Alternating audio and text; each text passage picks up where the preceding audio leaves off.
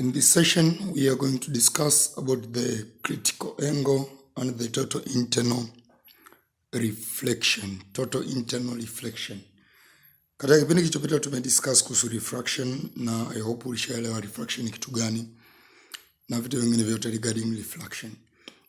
Kwa unaenda kusoma kuhusu critical angle pamoja na total internal reflection. Tulisema kwamba light inavyotoka kwenye medium moja kwenda kwenye medium nyingine ambazo zina different optical densities, huwa hii light ina bend. Always light when a bend.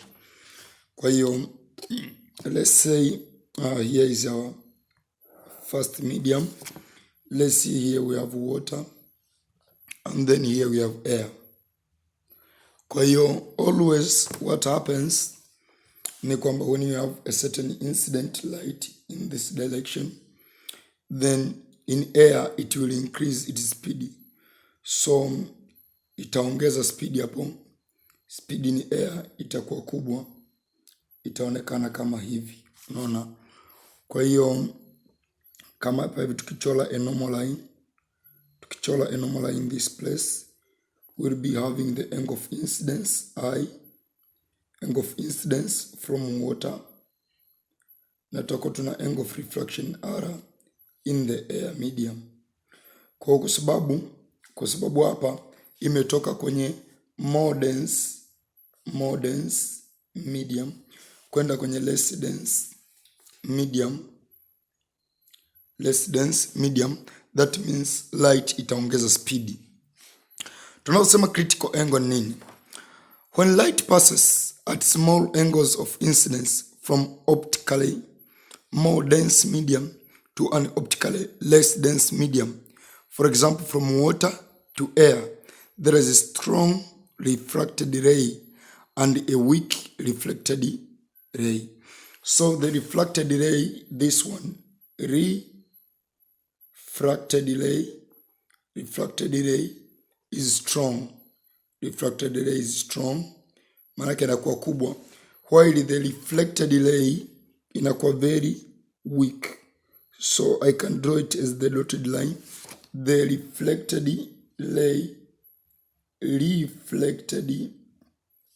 reflected ray is weak.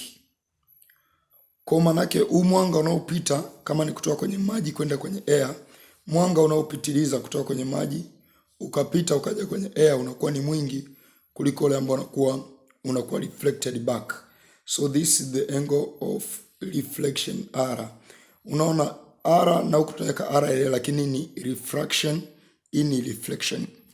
Sasa kuna different phenomena ambazo zinaweza zikawa zinatokea. The reflected ray goes back to the more dense medium. Reflected ray hapa inakuwa inarudi kwenye more dense medium, and in this respect tuko tumetumia water kama example of more dense medium. The angle of refraction for the reflected ray is larger than the angle of incidence.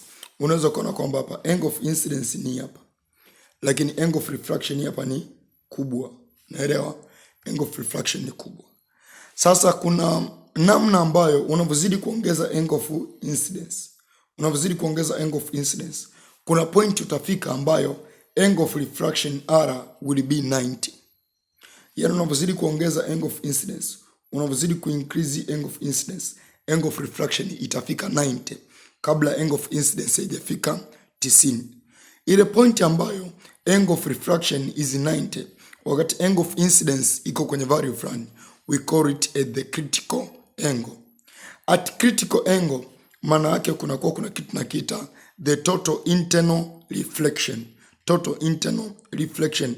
If we exceed the critical angle, there will be no refraction again. If we exceed critical angle, what will happen is the total internal reflection. Kwa hiyo ninachokisema ni kwamba as the angle of incidence is increased, what will happen? The angle of refraction also increases.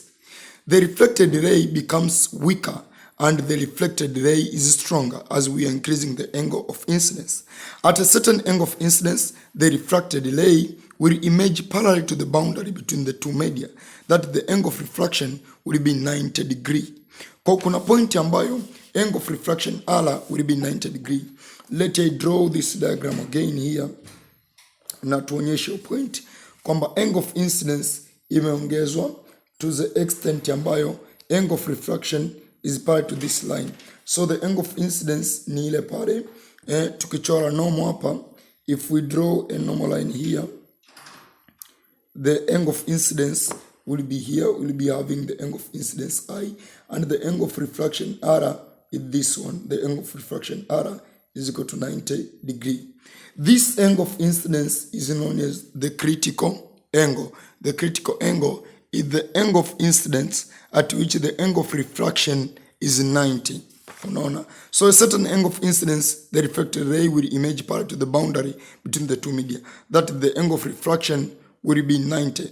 This angle of incidence is called critical angle C. Unaona? Ni ile angle ambayo angle of refraction hapa inakuwa 90. Unaona? Angle of refraction R is equal to 90. This angle is known as the critical angle C. Hiyo angle inaitwa kama critical angle C.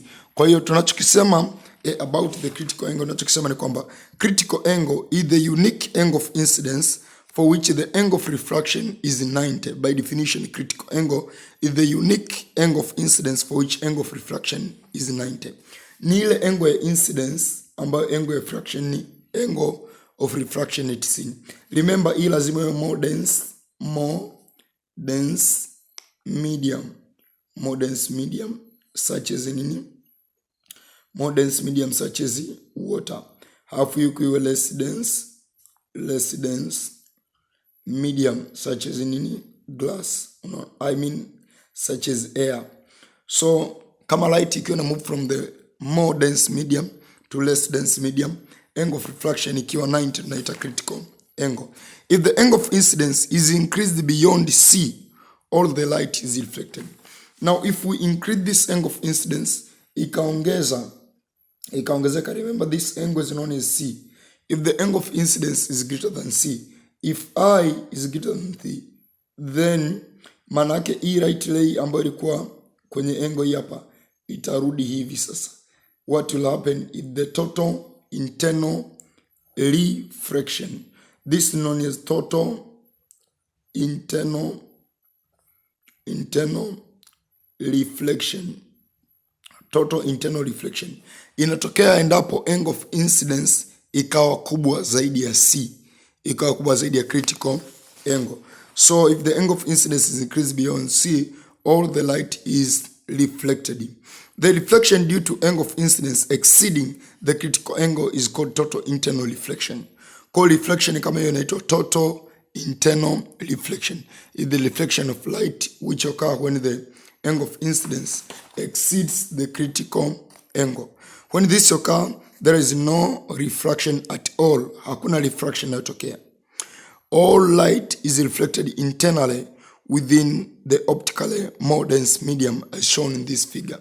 So what happens ni kwamba light yote iliyoenda itarudi kwenye more dense medium. Total internal reflection only occurs when light travels from more dense medium to less dense medium. More dense medium to less dense medium. We can use the critical angle to determine the refractive index of a material. Consider figure hii hapa ambayo tulisema kwamba angle of incidence inakuwa ni critical angle C, then angle of refraction ni 90. So the refractive index itakuwa sana, refractive index from water to air itakuwa sana sine of angle of incidence, sine of C divided by sine of 90. That will be the refractive index. That means if we know the value of C, we can determine the refractive index. Refractive index will be equal to sine of C divided by 90, sine of 90. Hii itakuwa ni refractive index from the more dense medium water to less dense medium air. Unaona bwana? So if you consider this diagram 3.36, at the critical angle C, the angle of incidence as the light travel from water to air, I is the angle of refraction is R. Kwa critical angle inakuwa ni angle of incidence, angle of refraction R inakuwa 90. If the rays were reversed, the sizes of the angle would be the same, but there would be interchange that is I would be R and R would be I. Sasa hapo kama na determine refractive index from air to water, from air to water, sio from water to air, kwa sababu unaweza ukatafuta refractive index from water to air na from air to water. If we are finding the refractive index from air, tunataka kutoka kwenye air kwenda kwenye water, maana yake itakuwa ni reverse yule pale. Baada ya kuwa sin ya c ganya kwa sin ya 90, itakuwa refractive index from air to water ni sawa sana sin ya 90 then divided by sin ya c. This is the refractive index from air to water. But if we find the refractive index from water to air, itakuwa ni sin ya c divided by sin ya 90. Kiufupi kitu ambacho natakiwa ujue hapa ni kwamba when you are talking of the refractive index of water, refractive index ya water, maana yake ni sana refractive index from air to water. Kwa hiyo the universal way of finding the refractive index is by looking at the angle fulani ya kwenye air, from air kwenda kwenye water, ndio ambayo tunaitafuta kama refractive index. But sin of 90 is equal to 1, so refractive index is equal to the reciprocal of the sine of critical angle. This is true for all material media. It is true for all material media. It is true for all material media. Kwa hiyo ndio concept ya critical angle, ni concept ya critical angle and the total internal refraction. Kuna to determine critical angle of semicircular glass prism experiment here to ifanye for our level, so I discuss. Then from there application of total internal reflection. Kwanza ni katika prism. Kumbuka prism ni glass, so it's more dense medium as compared to air. Kuna angle ambayo unaweza kaseti ikatokea total internal reflection, hence light is bend kwenda nje. Kwa hapa hakuna chochote ambacho napaka, ni total internal reflection ndio inatokea. A prism periscope consists of 45 90 45 prism. The arrangement is shown in this figure. Manake ikitokea hapa inafanya total internal reflection na kuja hapa.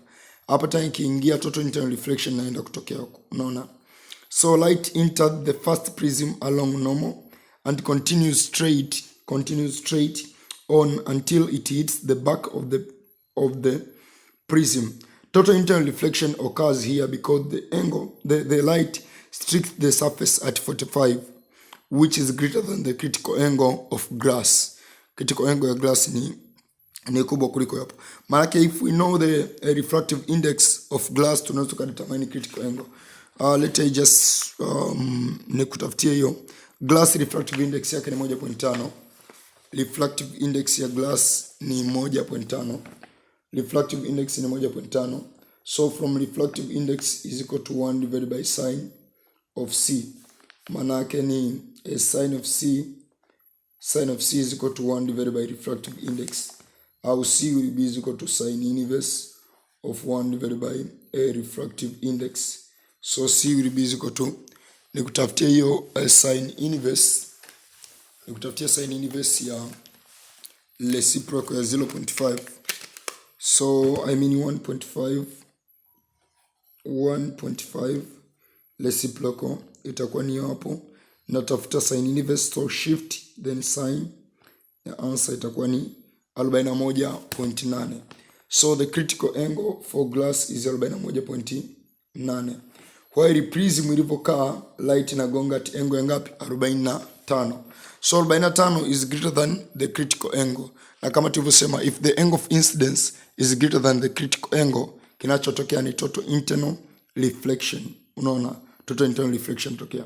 So the light then emerges from the prism along normal and continues through. This process is repeated in the second prism. The image formed is erect and visual. Prism periscope are used to view objects over obstacles. Hiyo ni prism periscope. Lakini pia tuna optical fibers. Optical fibers unaweza kuwa umeziona different areas. Optical fibers zenyewe pia zinatumia principle ya total internal reflection. Optical fibers is the thin rod of high quality glass designed to guide light along its length by total internal reflection. So this is the photocopy of the book, so you can't observe the diagram of the optical fiber well, but you can go to Google and you can search for the optical fiber so that you can see the diagram of the optical fiber, how it happens or how it appear like. Light inside the fiber hits the sides of the angle greater than the critical angle, and it's transmitted by being repeatedly totally internally reflected. Unaona, this figure show light is totally internally reflected. What happens is that from here, when light strikes here, it is totally internally reflected to here, to here, to here. So that's what happens. Light travel within the fiber, haitoki nje. The following are some uses of the optical fibers. Optical fiber zinatumika maeneo gani? Kwanza, optical fiber, they are used as the medium for the telecommunication and the networking. Medium for the telecommunication and networking. Lakini pili, they are used as light guides in medical or other applications where bright light needs to be focused in target without a clear line of sight. Unaona? Na namba tatu, optical fiber are also used in imaging optics. A band of fiber along with the lens are used to make a long imaging device called endoscope. Unaona? Endoscope, kifaa ambacho kinaweza kawa kinatumika kupima kwa mfano peptic ulcers, vidonda vya tumbo tumboni. Unaingiza kitu kama kamera, kinaenda kuchukua kule, kinapiga mwanga, kinachukua ile light, kinaitravel, then huku nakuja kuona image. Medical endoscope are used in minimally invasive surgery procedure. Minimally invasive surgery procedure. Lakini industrial endoscope are used for inspecting machine parts that are hard to reach, such as jet engine interiors. Maeneo ambayo ni ndani ya mashine na haiwezekani kuyafikia kiurahisi. Lakini pia tuna binocular and telescopes. All of these, they use the principle of total internal reflection. We have seen that the prism can be used to alter the direction of incident light by 90 or 180. Through plane mirror can be used to alter them, though plane mirror zinaweza kutumika ku alter the direction of light by 90 or 180. Prism often serves several advantage. So prism inakuwa na advantage nyingi. Most mirrors are back silvered. And that result in the light from an object being reflected and refracted several times. It is reflected and refracted several times. This results in a partial absorption of light. Unaona? The result, a multiple faint second image zinakuwa zinatengenezwa. Faint second image are formed, creating an overall fuzzy image. Up to 5% of high intensity can be lost. Maana yake ni kwamba unakuwa na image ambayo it's not clear. Yani ni picha fulani hivi ila they are not clear. Sijui nikupe mfano gani? Kwa mfano nikupe sasa, kwa mfano hii kamera hapa imefocus. But sometimes unaweza kuwa na kamera ambayo yani it doesn't focus. Maandishi hauyaoni vizuri. Kwa hiyo unakuwa na picha fulani, tunasema it's blurry. Tunaandika hivi, it's blurry. Sasa picha kama hiyo inakuwa sio nzuri, na ndio maana they don't prefer to use plane mirrors. Please make use of total internal reflection to reflect all light, thus producing a much sharper and brighter image. Prisms are used in high quality binoculars and telescope. High quality binoculars and telescope. Binoculars are just a pair of telescope, one for each eye. A telescope uses lenses to produce an enlarged image. Telescope have to be quite long to produce clear image. Kwa hiyo binocular ni pair of telescope. Unaona? Kwa kuna lens ambayo inakuwa inatumika katika kufanya image inakuwa produce katika maeneo hayo hapo iwe clear, the image produced to be clear. So prism binoculars make use of prism to shorten the length of each telescope. To shorten the length of each telescope. Manake kama tungetumia telescope bila prism zingekuwa ni ndefu sana, unaona. So the prism reduce the distance between the eyepiece lens and the objective lens in the telescope.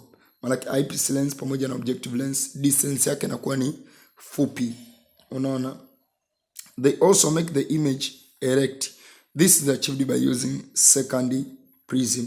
Kwa prism ya kwanza inaweza kageuza image, lakini prism ya pili inageuza tena image kuifanya iwe erect. Finally, let's discuss the concept of mirage before we are moving to lenses. Mirage ni kitu gani? Kama umeshawahi kusafiri barabarani, either ulikuwa dereva au ulikuwa uko kwenye bus, kama ni barabara ya lami, ulikuwa dereva wa pikipiki, dereva wa gari, au ulikuwa uko kwenye bus, kama ulikuwa umekaa seat ya mbele ambapo unaweza kuona mbele. There are sometimes ambazo uko kwenye bus unaona mbele hivi ni kama kuna maji hivi, si like kama kuna maji, yani kama kuna kisima kabisa. Lakini as you move, ukifika hapa unakuta nothing, hamna kitu. Yale ilikuwa maji, kilikuwa mnaenda tena hapa unakuta kama kuna kisima hivi. Unaenda tena hapa unakuta ni lami tu. Sasa what is that? That is what you call the mirage. Kuna appearance ya kitu kama kisima hivi. It's like a pond of water, but there is no pond of water actually there. So a mirage is an optical phenomena in the atmosphere that make an object appear to be displaced from its true position. Kwa kama hili hapa ni wingu, unaona kama hili hapa ni wingu, maanake finally huyu mtu jicho lake linaanza kuliona hili wingu kama liko hapa. Ndio mtu anaona kama wingu liko barabarani. Kumbe finally wingu liko kule juu. This is just the optical phenomena. Maana unakuta hii surface hapa reflect light, hii light imekuja kwenye jicho la mtu. Ilipokuja kwenye jicho la mtu, huyu mtu anakuwa anaona kama hili wingu ndio liko hapa. So anakuwa anaona kama bwawa wakati wingu lenyewe liko kule. Kwa hiyo hii ni optical phenomena, ni phenomena ambayo inatokea na inafanya kitu kionekane kutoka kwenye position yake ya kawaida, kinaonekana kama akipo pale. Mirage occur as the result of continuous bending or refraction of light rays as they pass through the layers of air having a large temperature gradient. Unaona? Na ndio maana mara nyingi hapa huwa inatokea wakati ambao jua likali, uwezo kukuta eti kwenye mvua unakuta mirage. Ni mpaka jua liwe kali. Kwa sababu gani? Temperature inakuwa kubwa, different layers of air zinakuwa zina different optical densities. The most common mirage is one in which an observer sees non-existent pools of water on hot desert sands or roads. Hot desert sands or roads. Either jangwani, anaona kama kuna kisima hivi lakini hamna kitu, au kwenye njia. Hot desert sands or road. Kama siku ni jua kali linawaka, unaendesha gari, sio siku ina mawingu au ina mvua, you can't see mirage. Jua kali linawaka, unaendesha gari au umepakizwa kwenye gari au pikipiki, you can observe mirage. Unaweza kuona kama kuna kisima kimetengenezwa hivi mbele. On a hot day, the air just above the ground is hot and hence less dense than the air above it. Unaona?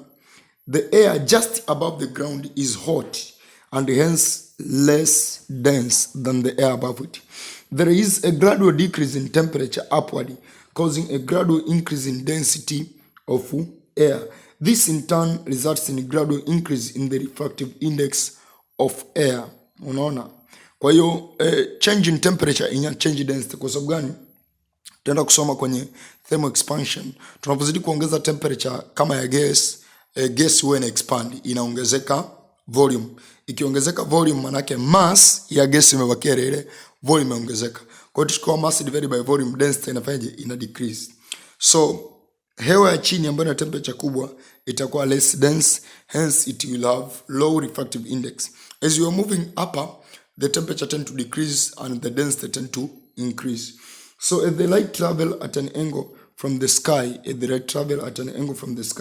it passes through layers of air or decreasing refractive indexes.